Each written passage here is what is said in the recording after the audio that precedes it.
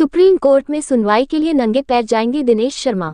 श्री कृष्ण जन्मभूमि संघर्ष न्यास के अध्यक्ष दिनेश शर्मा कल होने वाली सुप्रीम कोर्ट दिल्ली में सुनवाई के लिए नंगे पैर ही जाएंगे। श्री कृष्ण जन्मभूमि मंदिर से ईदगाह मस्जिद को हटाने वाले केस की सुनवाई 30 अक्टूबर को सुप्रीम कोर्ट दिल्ली में होगी, जिसमें मुस्लिम पक्ष ने मांग की थी कि सभी वादों की सुनवाई मथुरा में ही होनी चाहिए। हिंदू पक्ष ने उच्च न्यायालय इलाहाबाद में एक याचिका लगाई थी और जिसमें मांग की थी कि मथुरा में चल रहे सभी विवादों की सुनवाई इलाहाबाद न्यायालय करें। हिंदू पक्ष ने उच्च न्यायालय इलाहाबाद में कहा था कि राष्ट्रहित के मुद्दों की सुनवाई उच्च न्यायालय इलाहाबाद सीधे कर सकता है। दोनों पक्षों की बहस सुनने के बाद इलाहाबाद उच्च न्यायालय ने एक आदेश जारी किया था कि मथुरा में चल रहे श्री कृष्ण जन्मभूमि से संबंधित सभी मुकदमों की सुनवाई और इलाहाबाद हाईकोर्ट करेगा। इसके विरोध में मुस्लिम पक्ष सुप्रीम कोर्ट गया और मुस्लिम पक्ष ने मांग की थी कि हमारे पास किराए की व्यवस्था नहीं है, हमारी सुनवाई मथुरा में ही होनी चाहिए। सुप्रीम कोर्ट ने इलाहाबाद रजिस्ट्रार को सभी मुकदमों की फाइल समेत दिल्ली तलब किया है। अब कल 30 अक्टूबर को सुप्रीम कोर्ट में बहस होगी और न्यायालय का आदेश जारी होगा कि सुनवाई मथुरा में होगी या इलाहाबाद में। मथुरा सिविल कोर्ट में मुकदमा लड़ रहे दिनेश शर्मा ने कहा कि अब वह भी सुप्रीम कोर्ट में एडवोकेट कमलेश मौर्य जी के द्वारा 30 अक्टूबर को बहस के दौरान उपस्थित रहेंगे। हिंदूवादी नेता दिनेश शर्मा ने कहा कि वह जहां भी जाते हैं नंगे पैर जाते हैं और सुप्रीम कोर्ट दिल्ली में भी सुनवाई के दौरान नंगे पैर ही जाएंगे। आपको बता दें कि दिनेश शर्मा ने एक संकल्प लिया था कि जब तक औरंगजेब की निशानी ईदगाह मस्जिद मथुरा से नहीं हट जाएगी तब तक वह जहां भी जाएंगे नंगे पैर ही जाएंगे और नंगे पैर ही रहेंगे। उन्होंने कहा कि वह न्यायालय में एएसआई सर्वे की मांग करेंगे और न्यायालय से प्रार्थना करेंगे कि इस पर जल्द से जल्द बहस करके ईदगाह मस्जिद की सर्वे कराई जाए, क्योंकि प्राचीन साक्ष्य मथुरा वाली मस्जिद के नीचे दबे हुए हैं। जब सर्व होगी तो दूध का दूध पानी का पानी अलग हो जाएगा। उन्होंने कहा कि मुस्लिम पक्ष को इतराज नहीं होना चाहिए यदि ईदगाह मस्जिद की सर्वे हो जाए तो, क्योंकि नई टेक्नोलॉजी के अनुसार अब ऐसी मशीन आ गई हैं जो ईदगाह मस्जिद को बिना नुकसान पहुंचा भी सर्वे कर सकती हैं। सर्वे के दौरान पुरातत्व विभाग के अधिकारी ईदगाह में जांच करके बता देंगे कि यहाँ हिंदू मंदिर के साक्ष्य है या नहीं और उनकी रिपोर्ट बनाकर न्यायालय में जमा कर सकेंगे, जिससे न्यायालय को फैसला देने में आसानी होगी।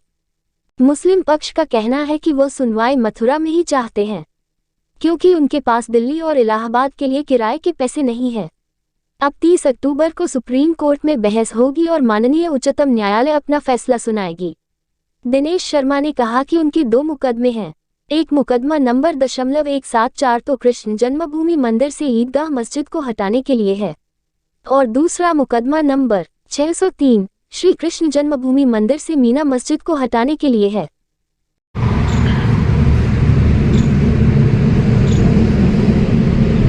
मथुरा न्यायालय में भगवान श्री कृष्ण जन्मभूमि मंदिर से साई ईदगाह मस्जिद को हटाने वाले लगभग 1 दर्जन से अधिक मुकदमे चल रहे हैं। उन मुकदमों की सुनवाई चल रही थी सिविल कोर्ट में। तो हिंदू पक्ष ने इलाहाबाद उच्च न्यायालय से एक प्रार्थना पत्र दिया था कि राष्ट्र हित के मुद्दे को देखते हुए इन सभी मुकदमों की सुनवाई उच्च न्यायालय इलाहाबाद सीधे करे। तो उस पर मुस्लिम पक्ष और हिंदू पक्ष के अधिवक्ताओं के मध्य में बहस हुई न्यायालय में। तो न्यायालय ने एक आदेश जारी किया था कि मथुरा में जितने भी श्री कृष्ण जन्मभूमि से संबंधित मुकदमे चल रहे हैं उन सभी की सुनवाई अब इलाहाबाद उच्च न्यायालय करेगा।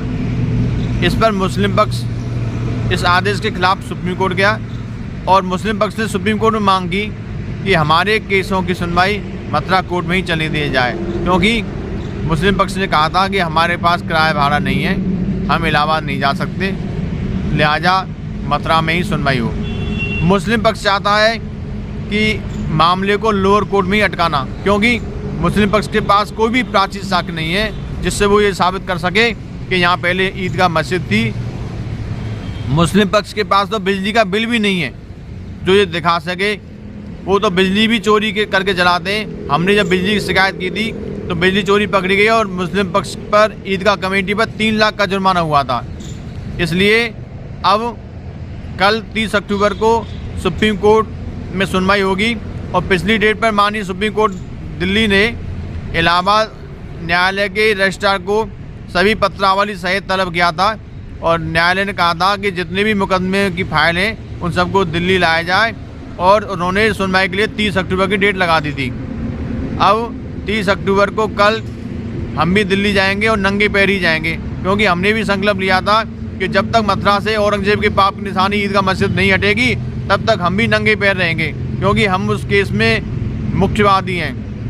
हमारा भी न्यायालय में केस चल रहा है और हम 2 केस लड़ रहे हैं, एक तो ईदगाह मस्जिद हटाने वाला और एक मीना मस्जिद हटाने वाला। तो हम कल नंगे पैर सुप्रीम कोर्ट जाएंगे और जो भी माननीय न्यायालय आदेश करेगा उसका पालन करेंगे। कल माननीय न्यायालय दोनों पक्षों को सुनेंगे और सुनने के बाद वो ये भी आदेश दे सकते हैं कि सुनवाई मथुरा में हो या इलाहाबाद में हो। माननीय न्यायालय इस बात पर भी विचार कर सकता है कि सुनवाई दिल्ली सुप्रीम कोर्ट में हो, क्योंकि दिल्ली भी मथुरा से पास पड़ता है। यदि दिल्ली सुनवाई होगी तो ब्रजवासियों को और हम लोगों को सभी को खुशी होगी।